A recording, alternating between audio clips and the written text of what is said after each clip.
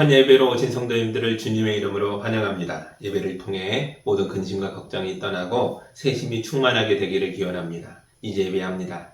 하나님께 예배하는 사람은 영과 진리로 예배해야 합니다. 아멘.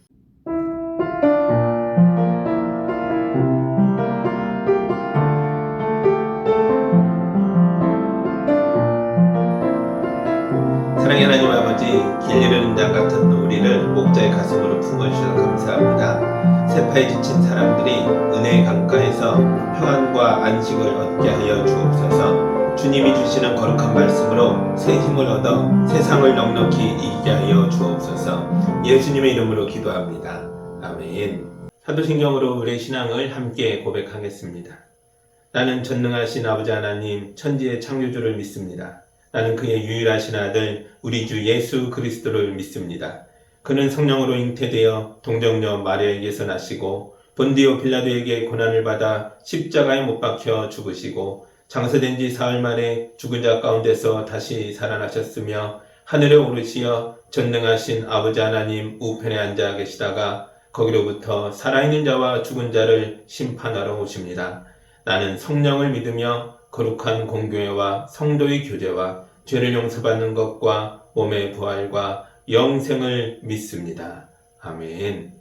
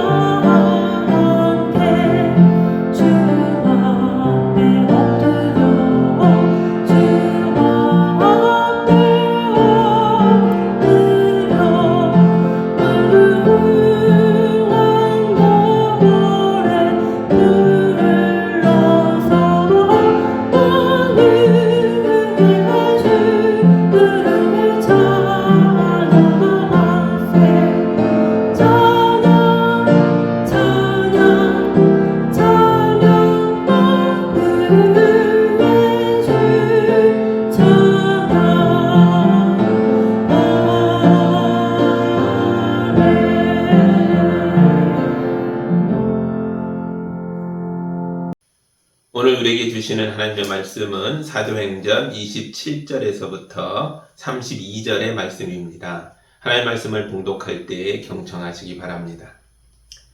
그들이 사도들을 데려다가 공의 앞에 세우니 대제사장이 신문하였다. 우리가 그대들에게 그 이름으로 가르치지 말라고 엄중히 명령하였소. 그런데도 그대들은 그대들의 가르침을 온 예루살렘에 퍼뜨렸소. 그대들은 그 사람의 피에 대한 책임을 우리에게 씌우려 하고 있어. 베드로와 사도들이 대답하였다. 사람에게 복종하는 것보다 하나님께 복종하는 것이 마땅합니다. 우리 조상들의 하나님은 여러분이 나무에 달아 죽인 예수를 살리셨습니다. 하나님께서는 이분을 높이시어 자기 오른쪽에 앉히시고 영도자와 구주로 삼으셔서 이스라엘이 회개를 하고 죄사함을 받게 하셨습니다. 우리는 이 모든 일의 증인이며 하나님께서 자기에게 복종하는 사람들에게 주신 성령도 그러하십니다. 아멘. 잠깐 기도합니다. 사도들이 대제사장과 공의 앞에서 예수님을 증거하는 말씀을 읽었습니다. 우리도 삶의 모든 영역에서 주님을 높이고 주님을 따라가는 주의 백성 되게 하여 주옵소서. 예수님의 이름으로 기도합니다. 아멘. 오늘 말씀은 사도들이 공의회에 잡혀가서 신문 받는 장면으로 시작하고 있습니다. 27절을 다시 보겠습니다. 그들이 사도들을 데려다가 공의회 앞에 세우니 대제사장이 신문하였다. 아멘. 유대인 공의회는 산헤드린이라고 불리는 유대교 장로들의 모임입니다. 대제사장이 이 모임의 의장입니다. 그래서 대제사장이 모임의 대표로서 사도들을 잡아다 놓고 신문하고 있습니다. 그런데 이런 신문이 여기가 처음이 아니었습니다. 4장에서 베드로와 요한이 이미 한번 잡혀가서 신문을 받았고 감옥에서 하룻밤 자고 풀려난 적이 있습니다. 그리고 5장 18절에서도 사도들이 잡혀가서 감옥에 갇혀 있었는데 이때 천사가 나타나 감옥문을 열어주는 일이 있었습니다. 그러니까 27절에서 말하는 사도들의 체포와 구금과 신문은 이게 벌써 세 번째였습니다. 그리고 이게 마지막인 것도 아닙니다. 앞으로도 사도들은 계속 잡혀가고 또 잡혀가게 될 것이고 고문과 신문과 구금을 당하다가 결국 순교하는 일도 생겨날 것입니다. 도대체 대제사장과 유대교 장로들이 사도들을 왜 이렇게 자주 잡아가서 괴롭히는 겁니까? 사도들이 지은 죄가 뭡니까? 그들의 죄에 대한 이야기가 28절에 나옵니다. 우리가 그대들에게 그 이름으로 가르치지 말라고 엄중히 명령하였소. 그런데도 그대들은 그대들의 가르침을 온 예루살렘에 퍼뜨렸소. 그대들은 그 사람의 피에 대한 책임을 우리에게 씌우려 하고 있어.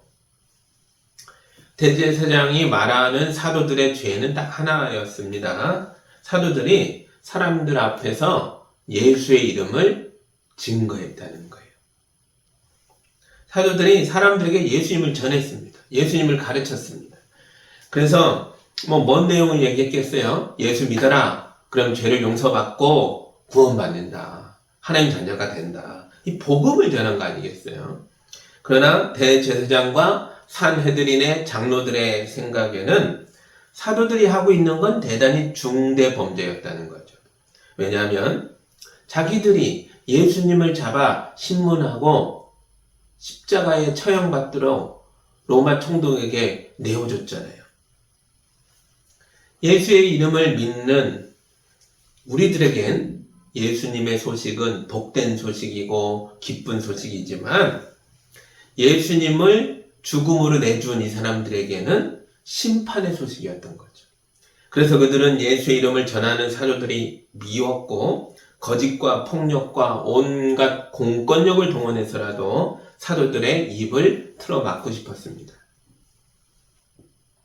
그런데 사도들이 여러 차례 공의회에 잡혀왔는데도 공의회를 무서워하지 않습니다. 사도들은 공의회가 자기들을 다스리는 걸 거부했습니다. 왜냐하면 교회에 속해 있는 사람들은 유대인의 율법에 속해 있는 게 아니라 예수에게 속했기 때문입니다.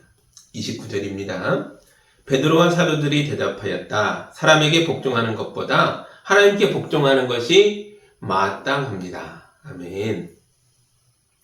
이런 생각은 사도들이 스스로 생각해낸 게 아닙니다. 사도들이 이런 생각과 태도를 갖게 된 건 모두 예수님에게 배웠기 때문이죠. 예수님이 먼저 철저하게 하나님께 순종하는 분이셨습니다. 예수님은 십자가의 고난이 기다리고 있다는 걸 알면서도 예루살렘에 올라가셨습니다. 그리고 아버지, 이 잔을 내가 꼭 마셔야겠습니까? 부르짖으며 땀이 피가 되도록 밤새 기도하셨을 때에도 그러나 내 뜻대로 하지 마시고 아버지의 뜻대로 되게 하여 주십시오 라는 말로 기도를 마치셨습니다. 우리 예수님은 자기 인생의 마지막의 마지막 순간까지 모두 하나님 아버지께 순종하셨습니다. 사도들은 이런 스승 밑에서 배운 제자들입니다. 그래서 사도들도 대제사장과 공의회의 장로들 앞에서 우리는 사람에게 충성하지 않습니다. 우리는 오직 하나님께만 충성합니다. 라고 담대하게 고백했던 것입니다. 우리 그리스도인들은 진영 논리에 빠져서 이분법적으로 세상을 보는 걸 거절해야 합니다. 우리는 사람에 충성하지 않고 이념에 충성하지도 않습니다. 우리는 오직 사람 살리는 일에 자기의 모든 걸 다 바쳐 헌신하셨던 우리 주 예수 그리스도께 충성하는 사람들입니다. 그래서 우리 그리스도인들은 진보의 주장이 사람 살리는 주장이면 맞다라고 말해줄 수 있고요. 보수의 주장이 사람 살리는 주장이면 그것도 일리가 있다라고 말해줄 수 있는 거죠. 거꾸로도 그렇습니다. 아니면 아니라고 우린 말할 수 있습니다. 그래서 정치하는 사람들이 우리를 좋아하기도 하고 때로는 싫어하기도 하겠죠. 그냥 그러라고 하십시오. 저들이 우리를 어떻게 보느냐가 그렇게 우리에게 중요한 게 아니죠. 우리에게 중요한 건 하나님이 우리를 어떻게 보시느냐 하는 것입니다. 왜냐하면 우리는 사람이 아닌 하나님께 충성하고 주께 복종하는 자들이기 때문에 그렇습니다. 여러분도 세상에서 어떤 선택을 해야 할 때가 온다면, 그래서 어느 쪽이든 어느 진영이든 선택해야 하는 상황이라면 그 선택을 친분으로 결정하지 마십시오. 인연으로 결정하지 마십시오. 진영 논리로 결정하지 마십시오. 오직 예수님의 정신으로 판단하여 결정하시기 바랍니다. 내가 이기는 쪽에 서는 것이 중요한 게 아니죠. 많은 사람이 구원받는 것, 하나님의 뜻이 이루어지는 쪽이 우리에겐 중요합니다. 이게 예수님 정신이고 예수님 안에서 자유로워진 사람들의 정신입니다. 사도들은 대제사장과 공회의 명령을 거절했습니다. 그리고 공회의 장로들이 이 일로 기분이 매우 나빠졌고요. 그래서 예수님을 죽였던 것처럼 이놈들도 가만두면 안 되겠다 생각했겠죠. 앞으로 사도들이 대부분 다 순교하게 될 것입니다. 그러나 지금은 아닙니다. 하나님께서 지금은 이들이 아직 순교하는 것을 원하지 않으셨습니다. 해야 할 일들이 있거든요. 뭘 해야겠어요? 교회 세워야죠. 복음 전해야죠. 하나님의 뜻을 펼쳐가야죠. 그래서 하나님께서 누군가를 사용해서 이들의 죽음을 막았습니다. 34절과 35절을 제가 공독해 드리겠습니다. 그런데 율법교사로서 온 백성에게서 존경을 받는 가말리엘이라는 바리새파 사람이 의회 가운데서 일어나서 사도들을 잠깐 밖으로 내보내게 한 뒤에 의회원들에게 이렇게 말하였다. 이스라엘 동포 여러분, 여러분은 이 사람들을 어떻게 다룰지 조심하십시오. 사내들인 공의회 회원들이 들고 일어나 죽여야 되겠다 말할 때에 가말리엘이라는 사람이 조용히 시켰습니다. 조심하십시오 라고 주의를 줍니다. 이 가말리엘은 실렐학파라는 유대교의 가장 유명한 학파 중에 하나를 세운 실렐이라는 랍비의 손자입니다. 그는 대단한 석학이고 유명한 랍비이며 율법에 충성하는 바리새파 사람의 우두머리였습니다. 나중에 사도 중에 하나가 될 바울이라는 사람, 그땐 사울이라고 불렸을 때 그 사람이 이 가말리엘의 제자였죠. 이런 사람이 갑자기 사도들의 구명 운동을 했다는 게 대단히 놀라운 장면이죠. 바리새파 사람들이야말로 예수님을 적대했던 사람들이니까요. 그런데 하나님께서 이 바리새파의 우두머리 가말리엘을 사용하셔서 사도들이 무사히 풀려날 수 있게 되었습니다. 그러나 아무 일도 없다는 뜻이 그냥 나온 건 아닙니다. 40절을 읽어드릴게요. 그리하여 그들은 사도들을 불러다가 때린 뒤에 예수의 이름으로 말하지 말라고 명령하고서 놓아주었다. 아멘. 사도들이 그냥 나온 건 아니고 매를 맞은 다음에 나왔거든요. 이 공의회에서 이렇게 매를 때리는 걸 태형이라는 형벌로 다스렸다는 뜻인데요. 이 태형의 형벌은 회초리로 등을 때리는 형식입니다. 유대인의 태형은 대단히 무섭습니다. 많은 사람이 보는 앞에서 죄인의 옷을 벗기고 맨살이 드러나게 한 다음에 회초리로 등을 때리는 거예요. 굉장히 많이 때립니다. 최대 40대에서 하나 감한 39대까지 때리게 되어 있습니다. 등이 갈라지고 피가 터져서 살이 너덜너덜해집니다. 심하면 뼈까지 상할 수도 있습니다. 이렇게 맞는 것도 대단히 무섭지만 이 형벌이 공개 처형이라는 것도 또 다른 무서움입니다. 공개 처형은 죄인이라는 낙인을 찍어서 이 사람이 다시는 지역사회에서 얼굴 들고 살지 못하게 만드는 형벌입니다. 그런 효과를 보여주죠. 그래서 사도들의 죄가 뭐길래 이렇게까지 무서운 형벌을 받아야 했냐라고 우리가 질문할 수밖에 없겠죠. 그게 뭐였다고요? 예수 이름으로 말한 죄, 예수님 전한 죄. 이게 사도들의 죄였습니다. 그런데 사도들이 사람들 앞에서 벌벗겨져서 매를 맞고 있는데도 부끄러워하지 않았습니다. 아니, 오히려 그들은 기뻐하였습니다. 41절을 읽어드릴게요.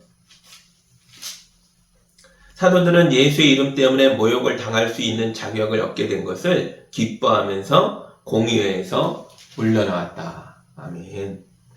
공개적으로 매를 맞으며 창피를 당했는데 이게 기쁠 게 뭐가 있겠어요? 사도들이 왜 기뻐합니까? 자기들이 받은 모욕은 예수님을 전하다 받은 모욕이기에 기뻤다는 거예요. 이게 왜 기뻤을까요? 본래 사도들은 예수님의 십자가 앞에서 도망갔던 사람들입니다. 나중에 부활하신 예수님을 만났을 때에 너무너무 부끄러워서 고개도 제대로 들지 못했던 사람들입니다. 사도들은 그때 이런 부끄러움을 뼈에 새기고 살았던 것 같아요. 그런데 이제는 예수의 이름을 전하다가 공개적으로 붙잡혀 처형당하고 매맞고 이런 일이 생겼습니다. 그랬더니 많이 아프지만 부끄럽지만 기뻐졌다는 거예요.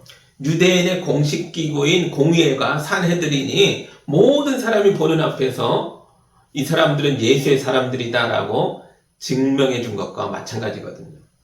그래서 사도들은 등이 너덜너덜해지고 뼈가 저리는 아픔과 고통 가운데서도 기뻐했습니다. 예루살렘 교회는 이런 사도들을 교회 장로로 세웁니다. 그래서 사도들이 교회의 첫 번째 장로들입니다. 교회가 왜 사도들을 장로로 세웠습니까? 왜냐하면 그들은 예수의 몸인 교회를 위해 고난을 받은 사람들이기 때문입니다. 사도들은 예수의 이름을 위해 공개 처형이라는 부끄러움을 견뎠고 억울하게 매맞았고 뼈가 부서지는 아픔을 참았습니다. 그래서 사도들은 교회 모든 교인들을 은혜로 통솔해서 하나님 나라로 인도할 만한 자격을 갖추었다는 걸 보여줬습니다. 그래서 교인들이 사도들을 교회 장로로 세운 것입니다. 사도들은 사도라는 명칭도 좋아했지만 장로라고 불리는 것도 아주 기뻐했습니다. 사도 요한의 편지나 사도 베드로의 편지를 봐도 사도들은 자기 자신을 스스로 장로라고 부르며 장로로서 교회와 교인을 대표하는 일을 하는 것에 대해 자부심을 가지고 있었습니다. 사도들이 예루살렘 교회의 장로가 되어서 교회 모든 영역에서 다양한 일들을 수행했습니다. 길거리에 나가 복음을 전하고 전도했죠. 교인들의 모임에서 예수의 말씀을 가르치며 설교했습니다. 교인들이 드린 물질과 헌금도 관리합니다. 과부와 고아들에게 음식도 나눠주고 옷도 나눠주면서 구제사업도 했습니다. 그랬더니 사도들에게 엄청난 과부하가 걸렸습니다. 특히 구제 사업에서 문제가 많이 발생했습니다. 사도들은 다 갈릴리나 유대 출신들이잖아요. 그래서 헬라파 과부들, 이방 지역에 살다가 예루살렘에 와 있던 이 헬라파 과부들의 사정에 대해서 잘 몰랐던 것 같습니다. 구제에서 헬라파 사람들이 자주 소외되니까 헬라파 사람들이 불만이 생겼고 점점 이 불만이 커져갔습니다. 사람들이 모여 이 문제를 의논합니다. 그리고는 이런 결론을 내렸습니다. 사도행전 6장 2절에서 4절을 읽어드리겠습니다. 그래서 12사도가 제자들을 모두 불러놓고 말하였다. 우리가 하나님 말씀을 전하는 일은 제쳐놓고서 음식 베푸는 일에 힘쓰는 것은 좋지 못합니다. 그러니 형제자매 여러분, 신망이 있고 성령과 지혜가 충만한 사람 7을 여러분 가운데서 뽑으십시오. 그러면 그들에게 이 일을 맡기고 우리는 기도하는 일과 말씀을 섬기는 일에 헌신하겠습니다. 아멘. 사도들의 제안을 받은 교인들이 한자리에 모여서 성령 충만하고 공평무사하고 하나님을 사랑하는 사람들이 누굴까 살펴보고요. 이 구제 사업을 잘 할 수 있는 사람들로 7명을 추천합니다. 사도들이 7명의 머리에 안수하고 기도함으로써 최초로 평신도 항존직들이 세워집니다. 오늘날 이분들을 안수집사들이라고 부르는데요. 그러나 아직까지 이 시절에는 안수집사니 장로니 권사니 하는 명칭이 확실하게 구분되어 있던 시대는 아니었습니다. 이분 7분들은 최초의 항존직으로서 오늘날 장로와 안수집사, 권사 모두를 대표하고 있습니다. 교회를 관리하고 다스리는 일을 치리라고 부릅니다. 치리. 교회는 이런 치리의 책임을 장로들에게 맡깁니다. 그런데 목사인 장로는 기도와 말씀의 책임도 감당해야 하기에 다른 장로님들이 교회의 구제와 봉사와 여러 가지 행정적인 일들을 책임지고 감당하는 것입니다.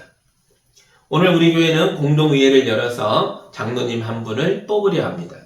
투표에 참여한 교인들 중에서 3분의 2가 찬성해야만 장로가 될 수 있습니다. 3분의 2라면 무려 66.7%입니다. 이건 대통령도 받기 어려운 지지율입니다. 이게 무슨 의미겠어요? 장로님들은 장로로 세워지기 전부터 이미 장로다운 사람이라고 교인들에게 인정받고 있었다라는 뜻이죠. 예수님께 충성하시는 분, 믿음으로 헌신하시는 분, 교회와 교인을 위해 고난받을 줄 아는 분, 성령 충만한 분, 복음을 전하여 사람 살리는 데 헌신하고 있는 분, 그분이 우리 교회의 장로님이십니다.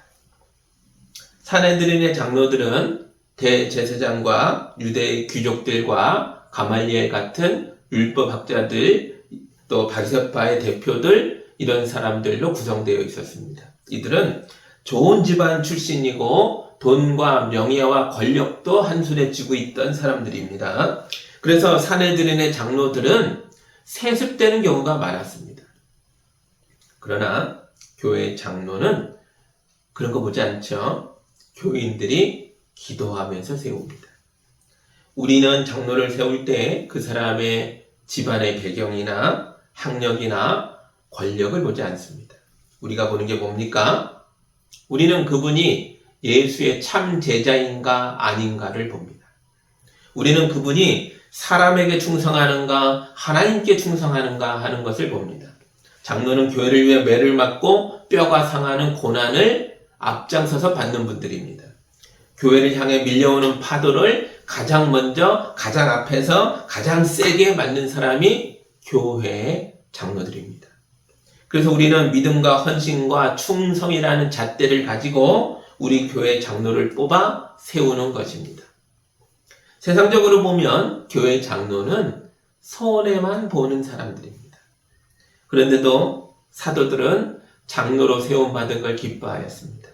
사도들은 매 맞으면서도 기뻐했습니다. 그리고 최초의 순교자를 배출했던 7명의 안수자들도 자기들이 교회의 일꾼이 된 것에 대해 감사하며 크게 기뻐했습니다. 이들이 왜 이렇게 기뻐했습니까? 사람의 인정이 아니라 하나님의 인정을 받았기 때문입니다.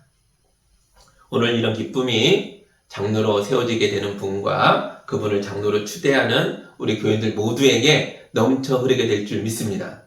오늘 세워지는 분만이 아니라 우리 모두 다 주님의 큰 일꾼이 되어야 합니다. 그러므로 이 자리에 계신 여러분 모두가 하나님께 충성하여서 하나님 나라의 큰 일꾼들로 세워지기를 충성의 모범이신 예수 그리스도의 이름으로 축복합니다. 아멘. 기도하겠습니다.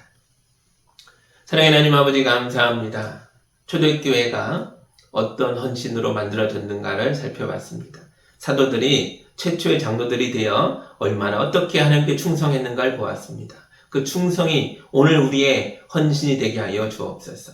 우리 예수양교회 모든 성도들이 하나님을 기뻐하며 하나님을 기쁘시게 하며 예수님의 제자다운 모습으로 충성되게 살게 하여 주옵소서. 오늘 예배 후에 또 교회적으로 장로님을 선출하는 일도 합니다. 은혜를 주시옵소서. 하나님 기뻐하신 자가 잘 세워질 수 있도록 우리의 손을 움직여 주옵소서. 예수님의 이름으로 기도하옵나이다. 아멘.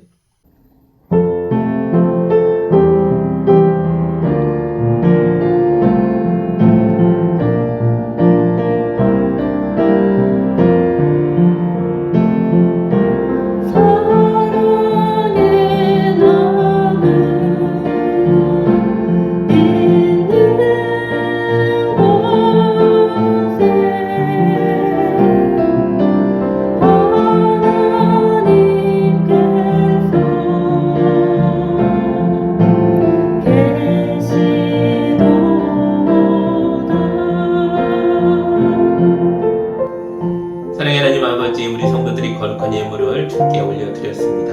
이 예물이 하나님의 손이 되어 많은 사람들을 살리는 데 쓰이게 하여 주옵소서. 주님의 몸된 교회를 거룩하게 세우는 일에 아름답게 쓰이게 하여 주옵소서. 우리 성도들 세상을 살아갈 때에도 늘 하나님께 충성하는 이 마음으로 살게 하여 주옵소서. 예수님의 이름으로 기도합니다. 아멘.